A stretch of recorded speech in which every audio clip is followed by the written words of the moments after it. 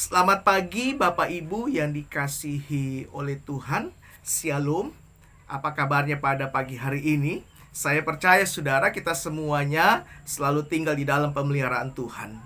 Dan pada pagi hari ini Bapak Ibu yang terkasih, saya sangat bersuka cita bisa hadir kembali untuk berbagi berkat rohani melalui konten YouTube ini, yaitu berkat kebenaran firman Tuhan. Dan kali ini saya ingin mengkritisi dan menyoroti dari kebenaran firman Tuhan sebuah kelompok di dalam kekristenan yang mereka menamakan diri mereka kelompok Mormon. Tapi kalau di Indonesia mereka lebih dikenal dengan sebutan Gereja Yesus Kristus, Gerakan Akhir Orang-orang Suci. Nah, hari ini saya ingin membahas siapa pendiri dari kelompok ini. Saya ingin membahas sejarahnya dan ajarannya. Seperti itu. Seperti yang saya katakan di konten saya yang sebelumnya, bahwa saya sudah memiliki kitab mereka. Dan ini sudah lama banget ya. Gitu, saya punya kitab ini waktu saya masih kuliah di Jakarta. Saya duduk di food court. Saya didatangi oleh dua orang gitu, pakai pakaian putih. Dan di dada kirinya itu ada tulisan elders serta namanya gitu. Itu identitas mereka, saudara. Nah, kitabnya itu ini, kitab Mormon gitu ya. Gitu, bisa dilihat ya. Ini kitab Mormon, kitab yang mereka yakini sebagai firman Tuhan. Dan apakah betul itu firman Tuhan atau tidak? Hari ini saya ingin membahasnya. Tapi sebelumnya saya ingin mengawali konten ini di dalam doa terlebih dahulu. Kita berdoa. Bapa di sorga, pimpin hamba-Mu untuk bisa menyampaikan kebenaran firman-Mu. Di dalam nama Yesus, biarkan Roh Kudus yang menguasai hamba, menguasai setiap pemirsa, setiap orang-orang yang percaya yang menyaksikan konten ini. Di dalam nama Tuhan Yesus Kristus. Haleluya. Setiap kita sama-sama katakan amin. Sebelum saya membahas tentang Mormon beserta dengan ajarannya, hari ini saya ingin berbagi sedikit dulu ya firman Tuhan yang menjadi dasar konten kita pada pagi hari ini. Kita buka kitab Galatia, pasalnya yang pertama, ayatnya yang ke-6 sampai kepada ayatnya yang ke-10. Sekali lagi, kitab Galatia pasalnya yang pertama, ayatnya yang ke-6 sampai kepada ayatnya yang ke-10. Nah, firman Tuhan bilang begini, "Aku heran bahwa kamu begitu lekas berbalik daripada Dia, yang oleh kasih karunia Kristus telah memanggil kamu, dan mengikuti suatu Injil atau ajaran yang lain, yang sebenarnya bukan Injil. Hanya ada orang yang mengacaukan kamu dan yang bermaksud untuk memutarbalikkan Injil Kristus. Tetapi sekalipun kami atau seorang malaikat dari sorga yang memberitakan kepada kamu suatu Injil yang berbeda dengan Injil yang telah kami beritakan kepadamu, terkutuklah dia. Seperti yang telah kami katakan dahulu, sekarang kukatakan sekali lagi, jikalau ada orang yang memberitakan kepadamu suatu Injil yang berbeda dengan apa yang telah kamu terima, terkutuklah dia. Jadi bagaimana sekarang? Adakah ku cari kesukaan manusia atau kesukaan Allah? Adakah ku coba berkenan kepada manusia? Sekiranya aku masih mencoba berkenan kepada manusia, maka aku bukanlah hamba Kristus." Nah, firman Tuhan dengan jelas Bapak Ibu yang terkasih menuliskan ya, sampai-sampai 2 kali Paulus menegaskan di dalam surat ini yang adalah firman Tuhan, bahwa kalau ada ataupun sekalipun kami atau seorang malaikat dari sorga yang memberitakan kepada kamu suatu Injil yang berbeda dengan Injil yang telah kami beritakan kepadamu, terkutuklah dia. Nah, 2 kali gitu ya Paulus mengatakan hal itu di dalam suratnya, pesannya kepada orang-orang percaya yang ada di Galatia. Dan dari firman Tuhan ini Bapak Ibu yang terkasih ya, saya ingin menegaskan bahwa memang hanya ada satu Injil kebenaran, yaitu Alkitab gitu ya. Alkitab ini di dalam kekristenan ini dipandang dan dipercaya sebagai firman Tuhan. Amin. Mungkin dari Bapak Ibu berkata begini, kan ada konten dari Bapak yang sebelumnya ya, yang membahas tentang Alkitab terjemahan baru edisi 2 yang barusan diluncurkan kemarin ya, gitu seperti itu. Betul, saudaraku. Itu edisi 2. Artinya begini, Alkitab versi terjemahan baru edisi 2 itu hanya terjemahannya saja gitu, karena ya tidak bisa kita pungkiri ya gitu bahwa berkembangnya zaman, bahasa pun juga dengan maknanya itu mengalami perkembangan. Jadi Alkitab itu mesti menyesuaikan dengan segala perkembangan zaman. Dan yang terpenting itu bukan terjemahannya. Yang terpenting adalah bahasa aslinya. Ya kan? Bahasa asli dari Alkitab. Ada 2 bahasa asli Alkitab. Yang pertama itu Perjanjian Lama itu ditulis dalam bahasa asli, yaitu bahasa Ibrani. Gitu ya. Saya menganjurkan Bapak Ibu untuk belajar bahasa ini supaya Bapak Ibu bisa mengerti yang sebenar-benarnya apa yang dimaksud oleh firman Tuhan. Dan yang kedua Perjanjian Baru, yaitu bahasa Yunani. Nah, saya tidak bahas tentang itu saudara ya, tapi saya ingin bahas sebuah kelompok yang menamakan diri Mormon ataupun Gereja Yesus Kristus Gerakan Akhir Orang Suci.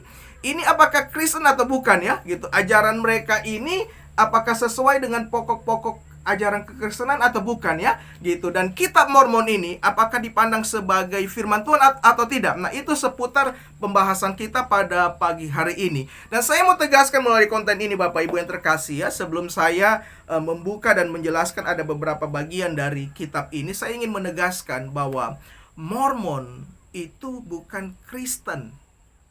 Kaget mungkin, aduh, kenapa Pak Pendeta berkata seperti itu? Karena begini ya, ini saya pandang sebagai seorang teolog Kristen gitu ya. Saya seorang teolog Kristen beraliran Injili gitu. Saya seorang Injili gitu ya. Saya percaya betul bahwa firman Tuhan itu hanya ada di dalam Alkitab ini. Firman Tuhan yang tertulis, sekalipun ada firman Tuhan yang lisan yang kita dengar, itu harus mengacu ataupun berdasarkan kepada firman Tuhan yang tertulis, yaitu Alkitab, yang terangkum di dalam Perjanjian Lama dan Perjanjian Baru. Di luar Alkitab bukanlah firman Tuhan. Dan Kristen itu adalah keyakinan yang meyakini bahwa Alkitab ini adalah firman Tuhan. Di luar Alkitab bukanlah firman Tuhan. Sekalipun ada buku-buku teologi yang membahas tentang Alkitab, semuanya mengacu kepada Alkitab, yaitu firman Tuhan.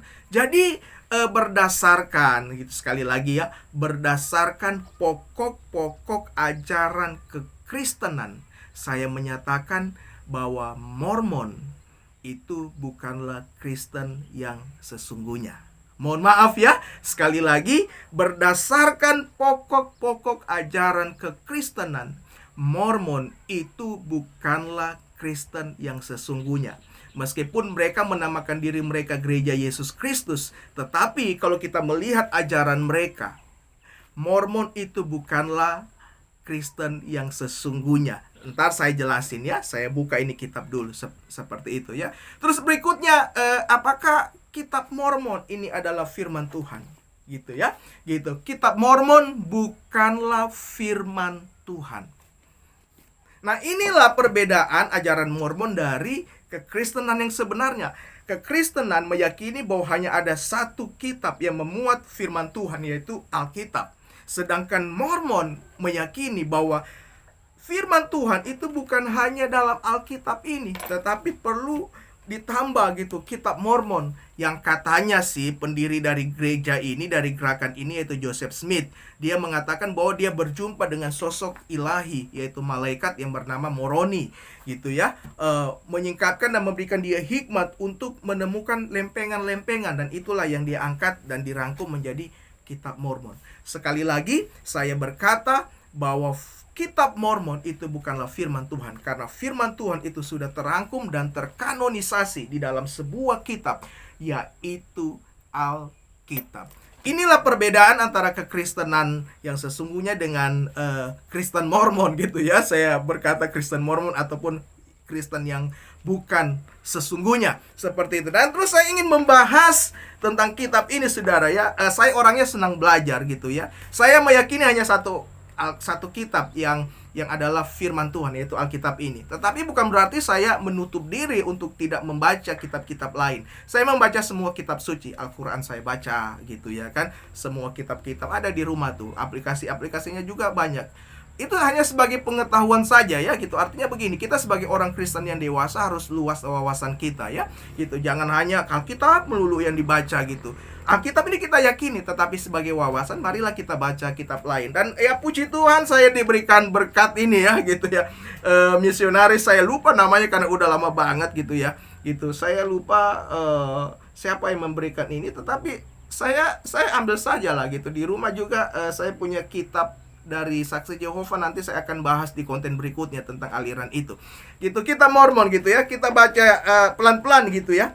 Ini lumayan tebal ya Bapak Ibu yang terkasih. Dia mulai dengan penjelasan begini. Ini dia mulai ini nih. Uraian, tuh bisa dilihat dulu ya. Uraian singkat tentang kitab Mormon. Nah, dituliskan begini. 3 macam lemping-lemping catatan disebut pada halaman judul kitab Mormon. Yang pertama lemping-lemping Nefi. Yang kedua itu lemping-lemping Mormon. Yang ketiga lemping-lemping Ether. Lemping-lemping Nefi seperti dijelaskan dalam naskah kitab yang terdiri dari 2 macam, yaitu lemping-lemping besar dan yang kedua lemping-lemping kecil. Yang pertama lebih mengutamakan sejarah keduniaan bangsa yang bersangkutan, sedangkan yang terakhir sebagian besar berisikan catatan-catatan keagamaan. Terus yang kedua lemping-lemping Mormon yang berisikan sebuah ringkasan dari lemping-lemping Nefi yang dibuat oleh Mormon dengan berbagai ulasan seperti lanjutan daripada sejarah itu olehnya sendiri dan dengan beberapa tambahan oleh Moroni, putra Mormon. Lemping-lemping Ether yang berisikan sejarah bangsa Yaret, laporan mana yang telah diringkaskan oleh Moroni yang memasukkan ulasan-ulasannya sendiri dan memadukan catatan itu dengan sejarah umum di bawah judul kitab Ether. Kepada lemping-lemping ini dapat ditambahkan seperangkat lemping lain yang sering disebut dalam kitab Mormon, yaitu lemping-lemping kuningan Laban yang dibawa oleh orang-orang Lehi dari Yerusalem dan berisikan tulisan suci Ibrani serta silsilah, di mana banyak kutipannya muncul dalam catatan Nefi. Kitab Mormon terdiri dari 15 bagian utama yang dikenal, kecuali sebuah sebagai kitab masing-masing di antara ditandai dengan nama penulis utamanya. Jadi ada 15 kitab ya gitu yang ada di kitab Mormon ini. Ada kitab 1 Nefi, terus ada kitab 2 Nefi, ya kan? Terus di sini dituliskan juga ada kitab Alma gitu. Ini Mosia. Ini adalah hasil perjumpaan si Joseph Smith dengan seorang malaikat yang bernama Moroni. Tetapi anehnya Moroni ini dikatakan putra Mormon. Saya bertanya, apakah malaikat itu kawin mengawinkan? Apakah malaikat itu mempunyai keturunan ataupun anak cucu? Saya pikir tidak gitu ya, saudara ya. Malaikat itu tidak sama seperti manusia yang berkelamin, tidak gitu ya. Malaikat itu memang diciptakan Allah khusus gitu, langsung diciptakan Allah, tidak perlu berketurunan, tidak perlu berbiologis ya, tidak perlu berhubungan seperti kita suami istri ya, pria dan wanita terus melahirkan keturunan, tidak gitu. Malaikat itu memang langsung diciptakan Tuhan gitu. Dan firman Tuhan menuliskan bahwa ada 1/4 malaikat di sorga gitu, di bawah pimpinan seorang penghulu malaikat yaitu Lucifer, itu jatuh ke bumi. Karena apa? Karena si Lucifer ini ingin menjadi Tuhan, ingin menjadi sama seperti Tuhan gitu ya. Mereka jatuh. Dan apakah sorga kekurangan malaikat? Tidak, Tuhan menciptakannya lagi. Amin. Gitu, karena dia adalah Allah pencipta, dia sanggup melakukan segala sesuatu. Nah, kita lanjut saudara. Asal usul kitab Mormon. Nah, ini sejarahnya. Joseph Smith itu adalah pendiri dari kitab Mormon. Dia bilang begini, yang olehnya, oleh karunia serta kuasa Allah, telah mengeluarkan serta menerjemahkan ke dalam bahasa Inggris tulisan suci kuno yang dikenal sebagai kitab Mormon ini, membuat catatan pribadi serta catatan terperinci tentang hal tersebut. Ia menjelaskan bahwa sepanjang malam tanggal 21 September tahun 1823, ia mencari Tuhan dalam doa yang sungguh-sungguh setelah sepenuhnya menerima sebuah pernyataan ilahi yang sangat penting. Laporannya sebagai berikut. Nah, ini dikutip gitu ya. Ini lumayan banyak, saudara, saya ringkas saja. Jadi sewaktu aku berseru kepada Allah, aku melihat seberkas cahaya masuk ke dalam kamarku yang terangnya bertambah-tambah sampai kamar itu lebih terang daripada waktu siang hari. Ketika tiba-tiba seseorang muncul di sisi tempat tidurku yang berdiri di udara sebab kakinya tidak menyentuh lantai. Jadi melayang begitu, saudara ya. Gitu. Dia mengenakan jubah yang longgar yang sangat putih. Putihnya itu melebihi segala sesuatu di bumi yang pernah aku lihat. Aku juga tidak percaya bahwa sesuatu benda duniawi dapat dibuat sedemikian putihnya dan berkilauan. Tangannya bertelanjang, demikian pula lengannya, sedikit di atas pergelangan tangan. Demikian pula telapak kakinya bertelanjang, juga kakinya sedikit di sebelah atas mata kaki. Kepala serta lehernya juga tidak tertutup. Aku dapat melihat bahwa dia tidak mengenakan pakaian lain kecuali jubahnya itu, karena jubahnya ini terbuka sehingga aku dapat melihat dadanya. Tidak saja jubahnya sangat putih, tetapi seluruh tubuhnya tak terlukiskan mulianya, dan wajahnya benar-benar seperti halilintar. Kamar itu sangat terang, tetapi tidak begitu terang seperti dekat-dekat di sekeliling tubuhnya. Ketika pertama kali aku melihat kepadanya, aku sangat takut. Namun ketakutan itu segera lenyap. Jadi asal-usul kitab Mormon ini sejarahnya, Joseph Smith itu bermula dari sebuah perjumpaan dengan sosok ilahi, seorang yang mengatakan bahwa dirinya adalah malaikat. Saya tidak bisa mengatakan bahwa itu malaikat atau tidak gitu ya. Karena di sini dikatakan bahwa wajahnya benar-benar seperti halilintar gitu ya. Firman Tuhan pernah menuliskan bahwa iblis itu menyamar sebagai malaikat terang gitu ya. Bapa segala pendusta itu iblis. Jadi saya tidak bisa katakan bahwa yang sosok ilahi yang berjumpa dengan Joseph Smith ini adalah malaikat Tuhan yang sebenarnya yang membawa pesan Tuhan, atau iblis yang menyerupai malaikat terang gitu. Sebab memang sangat-sangat tipis perbedaannya ya. Tapi saya percaya bahwa orang yang mempunyai pengurapan Allah dapat membedakan mana yang benar dan mana yang salah gitu ya. Gitu, mana yang benar-benar sejati dan mana yang palsu, yang kelihatannya asli tapi palsu. Ya, kita baca kembali lagi ya. Dia memanggil namaku dan mengatakan kepadaku bahwa dia adalah utusan yang diutus dari hadirat Allah kepadaku, dan bahwa namanya adalah Moroni. Saya tidak punya pengetahuan nama-nama malaikat, saudara. Tetapi yang saya tahu penghulu malaikat itu 3.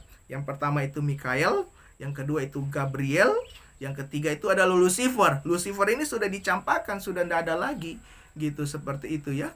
Dicampakkan ke bumi, dan dialah yang menjadi musuh utama kita, yang coba dengan segala berbagai macam cara untuk mendustai kita sehingga kita dapat jatuh dalam dosa dan terseret di dalam api neraka gitu. Jadi malaikat bernama Moroni, bahwa Allah mempunyai suatu tugas yang harus aku lakukan, dan bahwa namaku akan terkenal dengan baik maupun buruk di antara semua bangsa, suku dan bahasa, atau bahwa namaku itu akan disebut-sebut dengan baik maupun buruk di antara semua orang.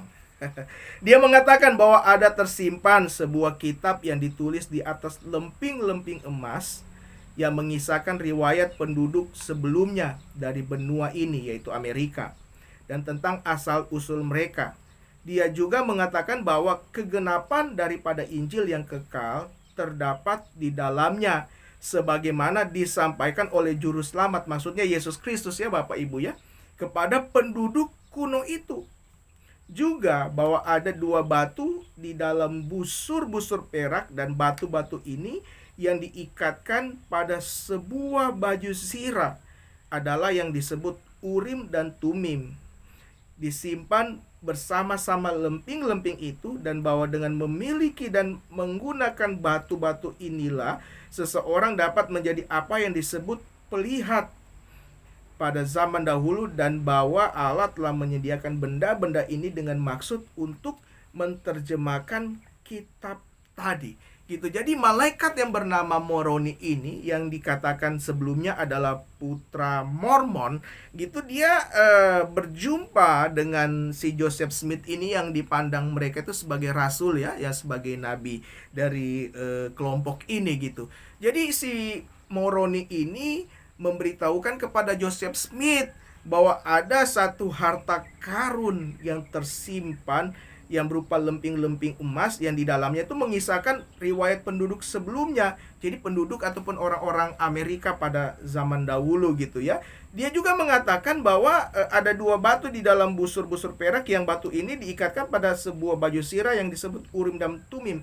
Urim dan Tumim itu adalah kalau saudara melihat umat Israel, imam besar itu dia memakai di dadanya itu 12 batu gitu.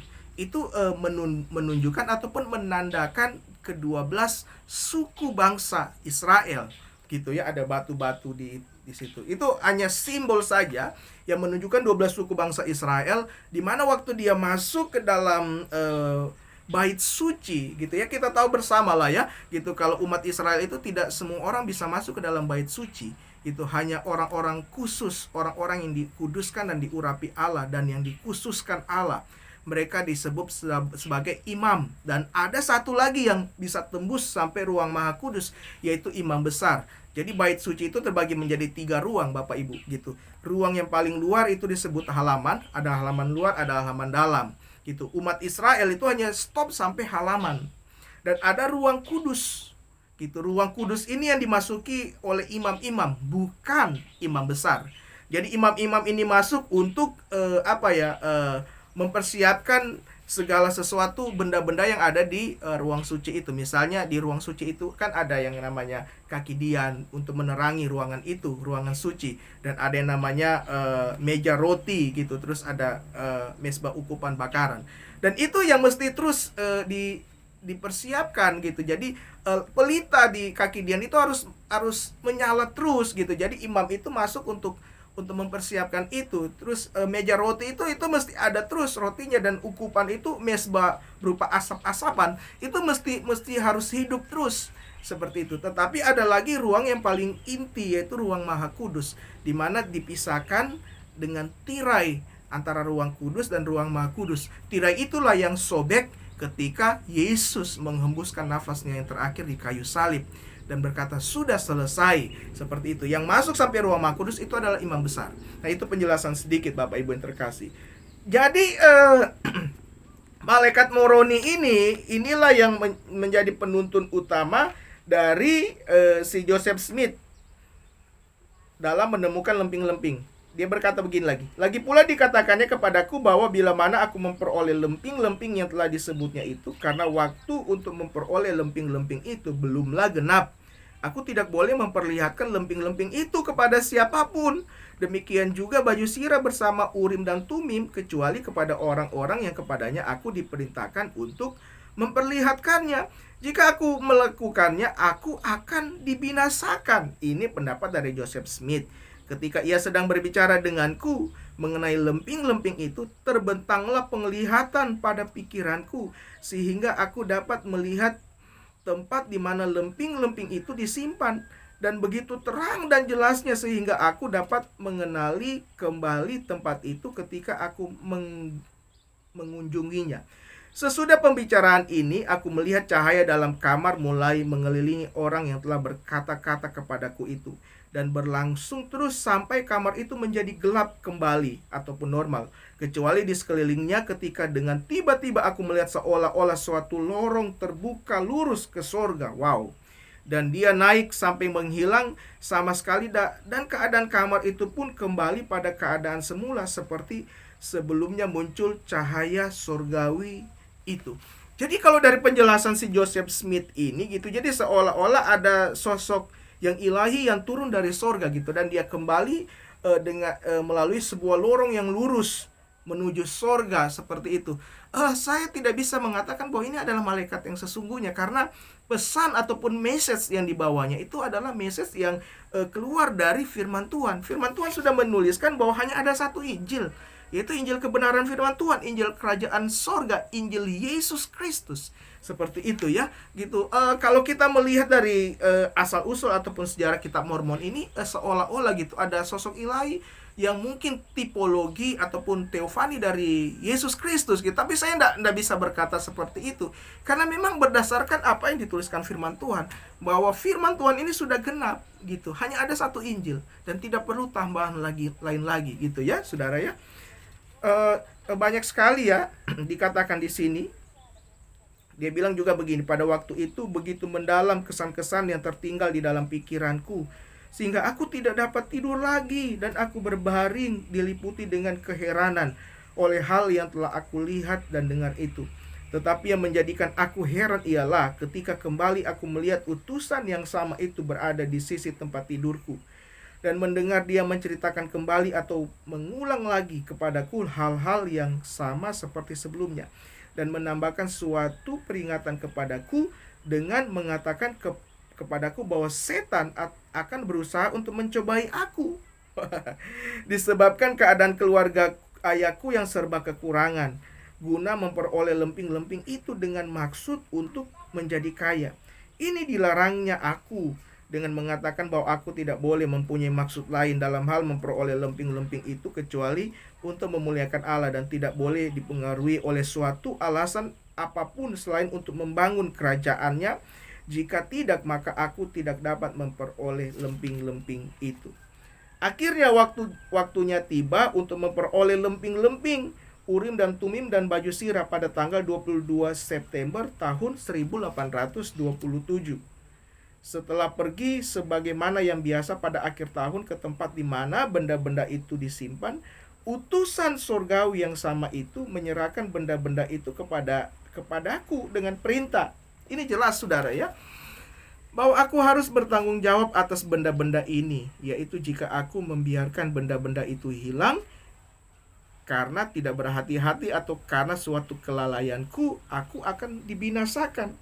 Tetapi jika aku berusaha sekuat tenaga untuk menyimpannya sampai dia utusan itu datang untuk memintanya kembali, maka benda-benda itu haruslah dijaga.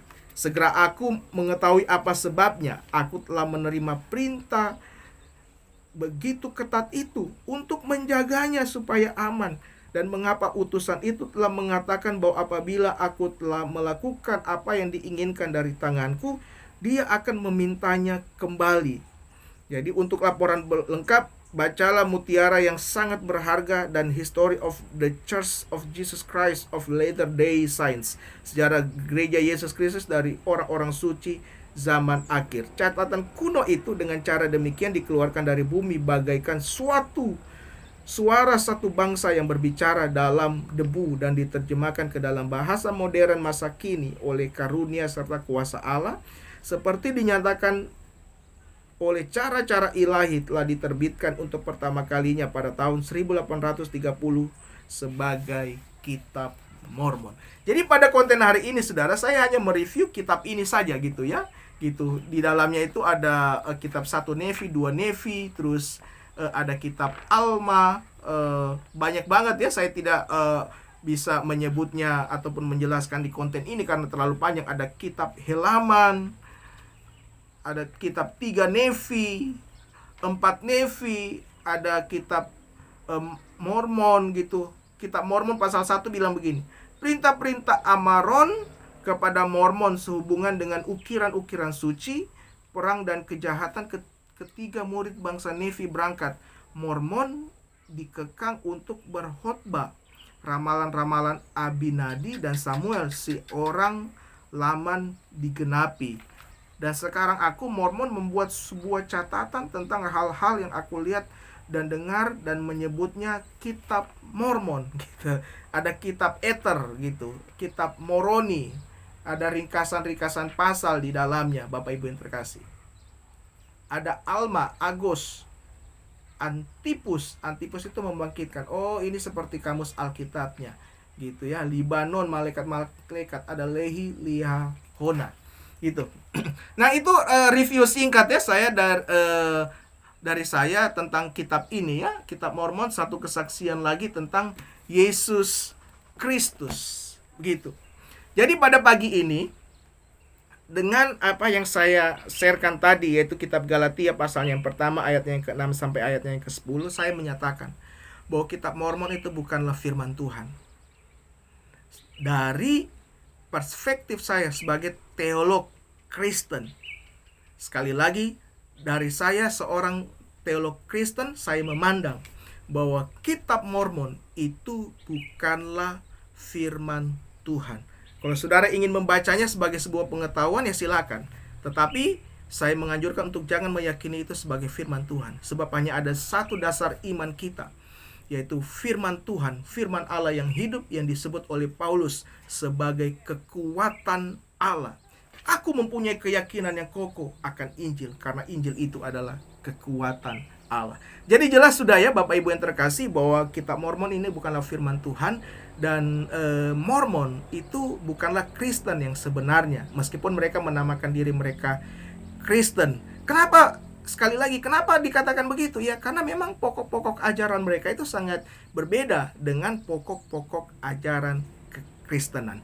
Jadi itu review saya, itu pendapat saya, itu komentar saya gitu dari kitab Mormon ini dan Gereja Yesus Kristus Gerakan Akhir Orang Suci. Dan saya mengasihi mereka. Banyak kenalanku, teman-temanku itu orang-orang Mormon ya, para hamba-hamba Tuhan dari ajaran ini gitu, dari kelompok ini. Banyak teman-teman gitu dari mereka. Saya mengasihi mereka gitu. Tetapi mohon maaf, sebagai teolog Kristen, sebagai hamba Tuhan, saya mesti tegas mengenai ajaran gitu. Saya berkata bahwa kitab Mormon bukanlah firman Tuhan, karena memang ajarannya sangat jauh berbeda dengan pokok-pokok kekristenan. Kekristenan sangat mengakui bahwa hanya ada satu firman Allah, yaitu Alkitab. Sedangkan gerakan Mormon ini, kelompok Mormon ini mengatakan bahwa firman Tuhan ini, Alkitab ini adalah tulisan-tulisan yang sudah usang gitu ya.